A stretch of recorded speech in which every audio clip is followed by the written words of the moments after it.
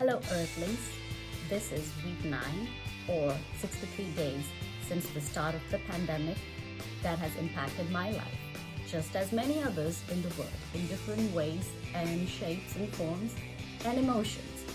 One of the things that I have been unprepared during this time is while I've mostly lived an anxious-free life, because when I was 29, I found a spiritual journey. I found my relationship with Jesus on a spiritual level that really helped me negotiate most of my adult life rather seamlessly, and I have been very happy about it. But this pandemic brought another factor which I was not really entirely prepared for, or I couldn't envision what to expect: the fear of the unknown. Solitude has not been a big deal for me, but I think when solitude, the downside to it is it does bring in demons of your own mind. And sometimes those are very powerful. And I want to say the first 2 weeks went by not a big deal because I've already lived in solitude. Social distancing was not a big deal. I didn't need a huge social agenda to fill my life. I had my Bible, I had my work. There were a lot of things that I could still do. I could still play the piano. However, when the reality struck New York and the ignorance of the people in general kind of affected how United States was handling the pandemic, I think it seeped in a tiny bit of fear about the unknown. And for me, it was largely due to the fact that I don't have family that lives in a driving distance, and so if something happened to me, I didn't know what was going to be the next course of action. I didn't know, because none of them could reach me. I'm not sure what would happen. So this stemmed unconscious fear that kind of troubled me, I want to say, for the last 45 days or so, because the first 2 weeks didn't really matter. And I've been working through that, and it's not been easy.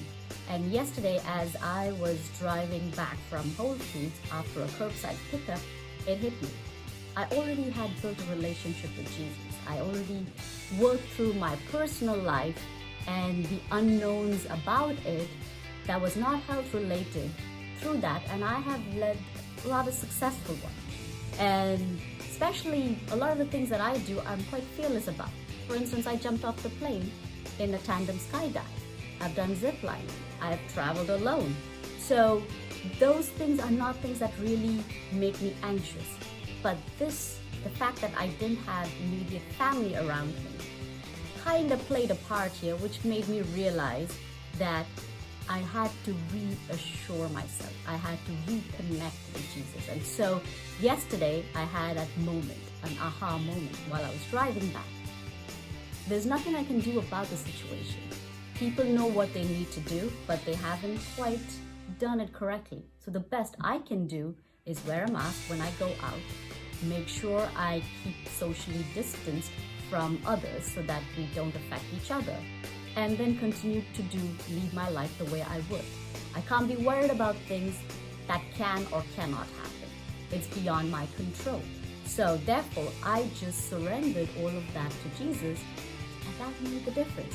It put me into a place of peace because I didn't care what the end result was, because I knew Jesus will take care of me. As he says in Matthew about the birds and the bees, don't worry about where the food comes, but God takes care of them. So does he take care of us. And that realization made me feel that I'm moving on to a different plane of acceptance that would help me right through this pandemic, no matter what the outcome was. And therefore, with that positive message, I want to leave you guys with these pictures from my skydiving and ziplining adventure. Life is still an adventure. Just don't let your mind take control of it. And if you need to give control to somebody, give it to God. He knows best. Thank you.